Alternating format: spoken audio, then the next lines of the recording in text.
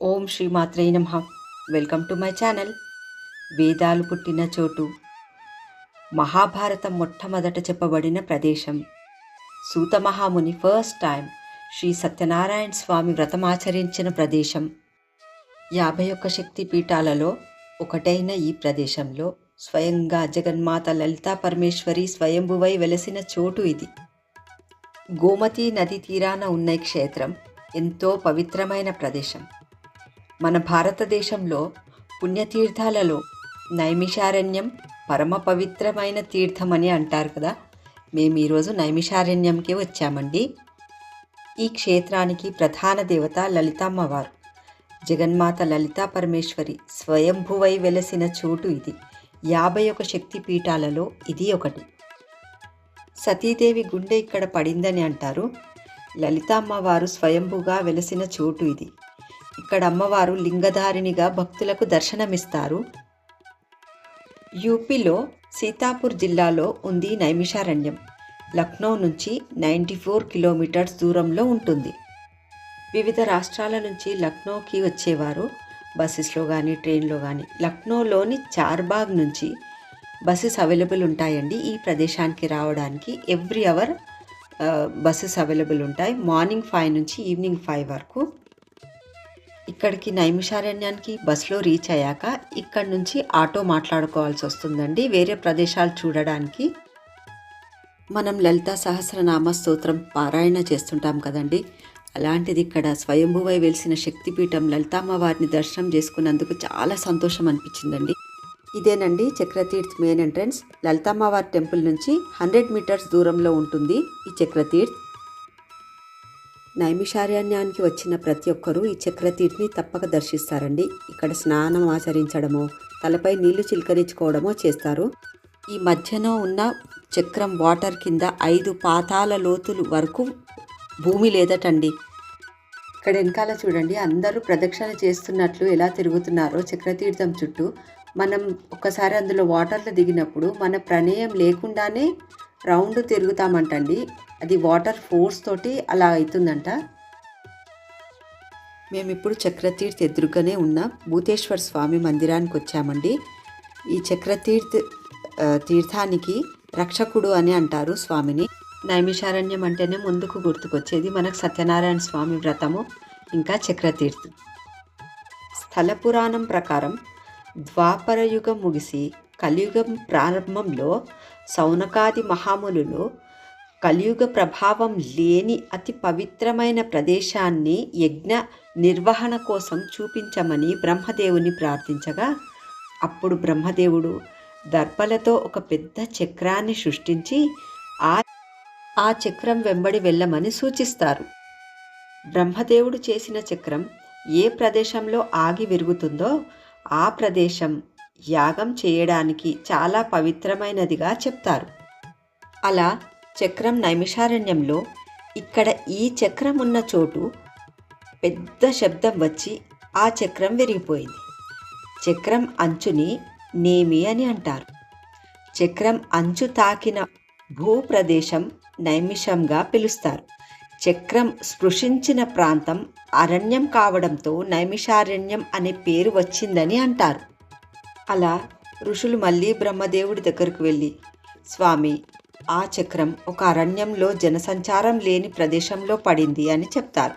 అప్పుడు బ్రహ్మదేవుడు, అది అక్కడ పడింది అంటే ఆ ప్రదేశం యజ్ఞానికి పవిత్రమైన చోటు అని కాబట్టి మీరు అక్కడే యజ్ఞయాగాలు చెయ్యండి అని చెప్తారు.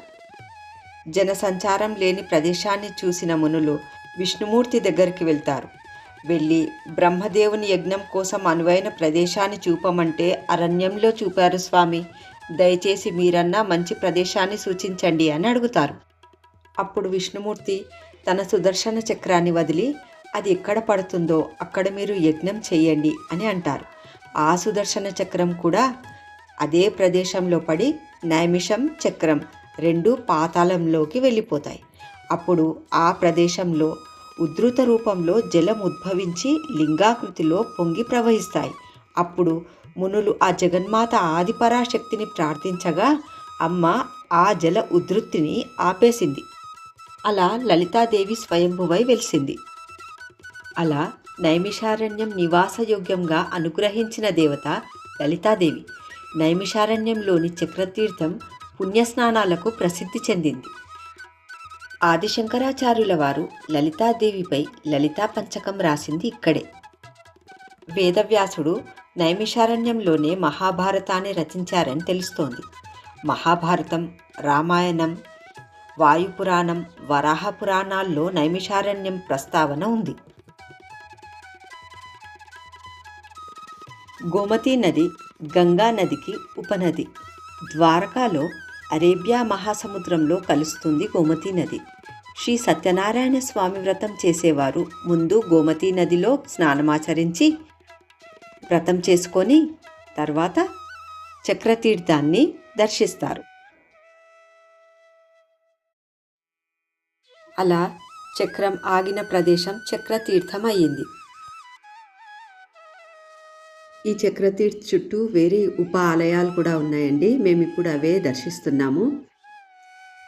మీరు కూడా మాతో పాటు దర్శించుకోండి.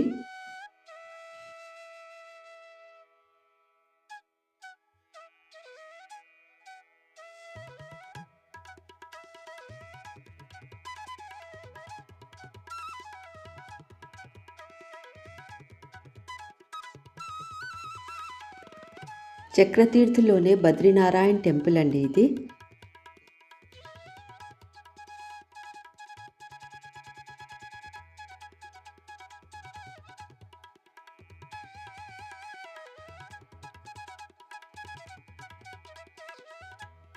మేము ఇప్పుడు ఇక్కడి నుంచి దదీచి కుండకు వెళ్తున్నామండి.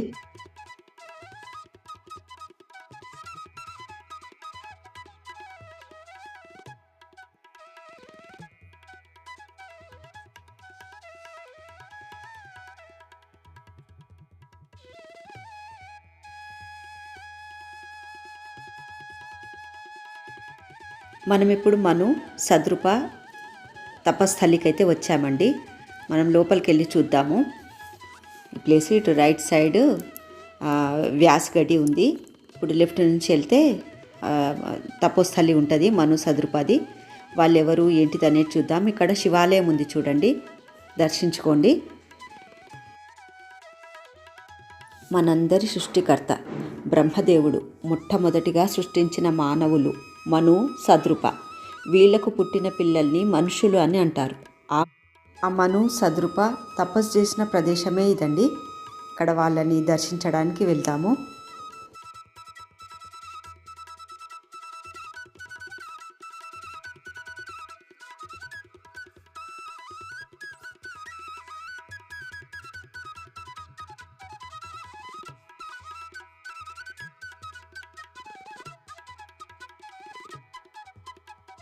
ఇక్కడ భగవద్గీత మరియు పురాణ పఠనం చేసే ప్రదేశము.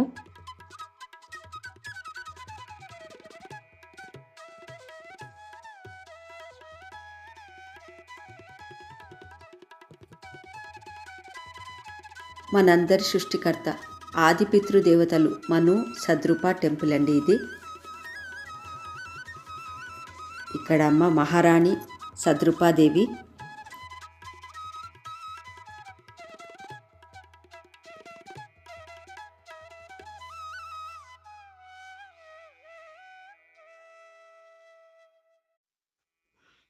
మేము ఇక్కడ నుంచి వ్యాస మహర్షి ఆశ్రమానికి వెళ్తున్నామండి. వ్యాస మహర్షి బద్రీనాథ్లో వేదాలను రచించారని అంటారు. వేదాలను 4 భాగాలుగా విభజించిన ప్రదేశం ఇక్కడే ఉంది. ఋగ్వేదం, యజుర్వేదం, సామవేదం మరియు అథర్వణ వేదం. అదేవిధంగా అష్టాదశ పురాణాలను వ్యాస మహర్షి ఇక్కడే రచించారట. వ్యాస్గటిలో వ్యాస మహర్షుల వారు 4 వేదాలు, 6 శాస్త్రాలు, 18 పురాణాలు, భాగవత, మహాభారత, సత్యనారాయణ స్వామి వ్రత కథా విధానం ఇక్కడ రచించారని చెప్తారండి. ఇక్కడ చిన్ని కృష్ణుడు ఉన్నాడు చూడండి, మీరు దర్శించుకోండి. ఇక్కడ వ్యాస మహర్షి తన శిష్యులకు భాగవత జ్ఞానాన్ని బోధించారు. దేవగురు బృహస్పతి, దైత్యగురు శుక్రాచార్యులు, అలా మానవ గురు వేదవ్యాసుల వారు. ఇది విశ్వంలో అతిపెద్ద గురు వేదవ్యాసు గడి. మనందరికీ గురువు అన్నమాట. మహర్షుల వారి మందిరమే ఇదండి.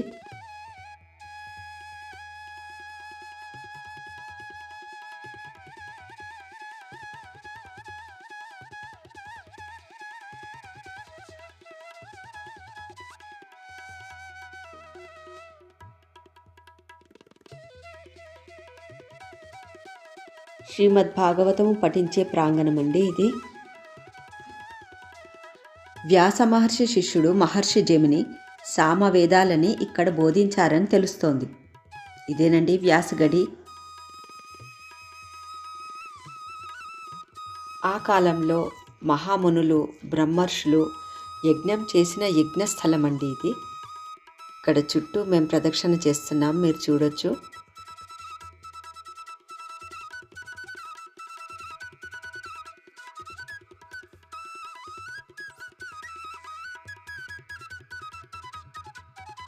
క్షయలేనిదే అక్షయవటము. 5099 సంవత్సరాల అతి ప్రాచీనమైన అక్షయవట వృక్షం అండి ఇది. ఎంత విశాలంగా ఉంది. దీని చుట్టూ ప్రదక్షిణ చేస్తారు. దీని కిందనే వ్యాస మహర్షి తన శిష్యులకు బోధించేవారట.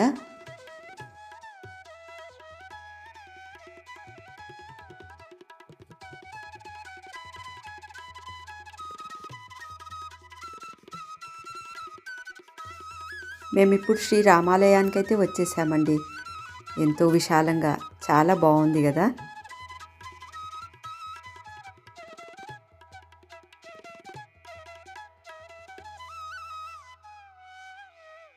నైమిషారణ్యంలో అడుగడుగున ఎంతో ప్రాముఖ్యత కలిగిన దివ్య క్షేత్రాలైతే ఉన్నాయండి.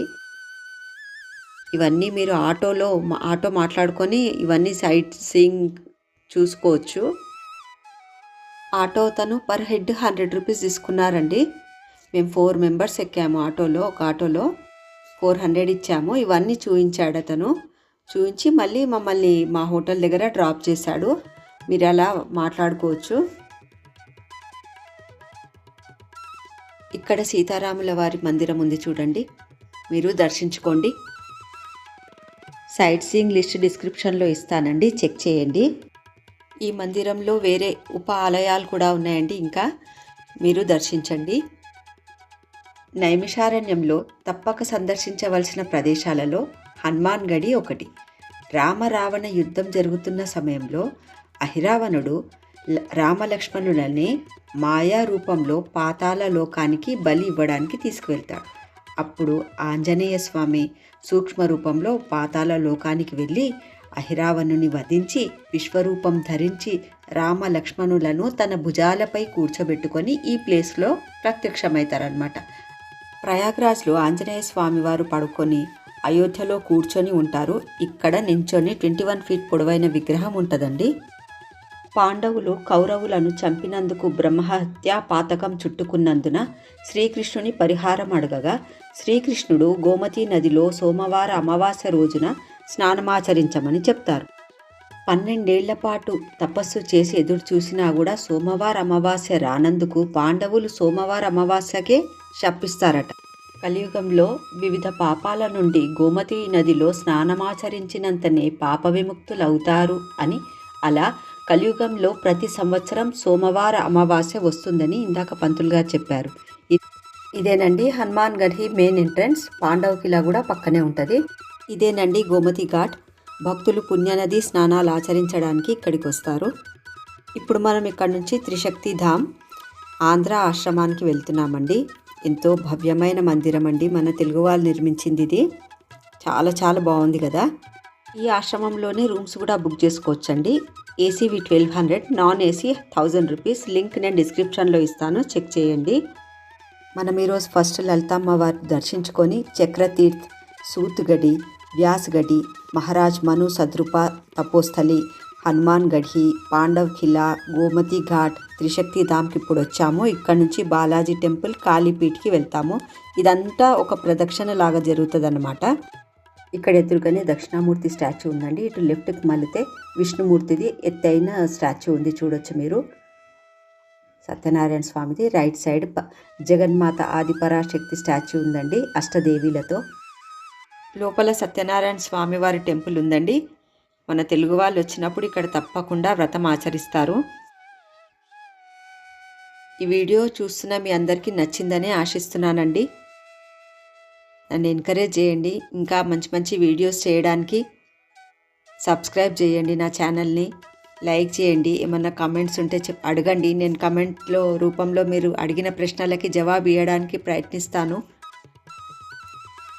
ప్రతి టెంపుల్ మెయిన్ ఎంట్రన్స్ వరకు ఆటో కానీ కార్ కానీ వెళ్ళే సౌకర్యం ఉందండి. నా ఛానల్ చూస్తున్న మీ అందరిపైన లలితామ్మ వారి ఆశీర్వాదం ఎల్లప్పుడూ ఉండాలని కోరుకుంటూ థ్యాంక్స్ ఫర్ వాచింగ్.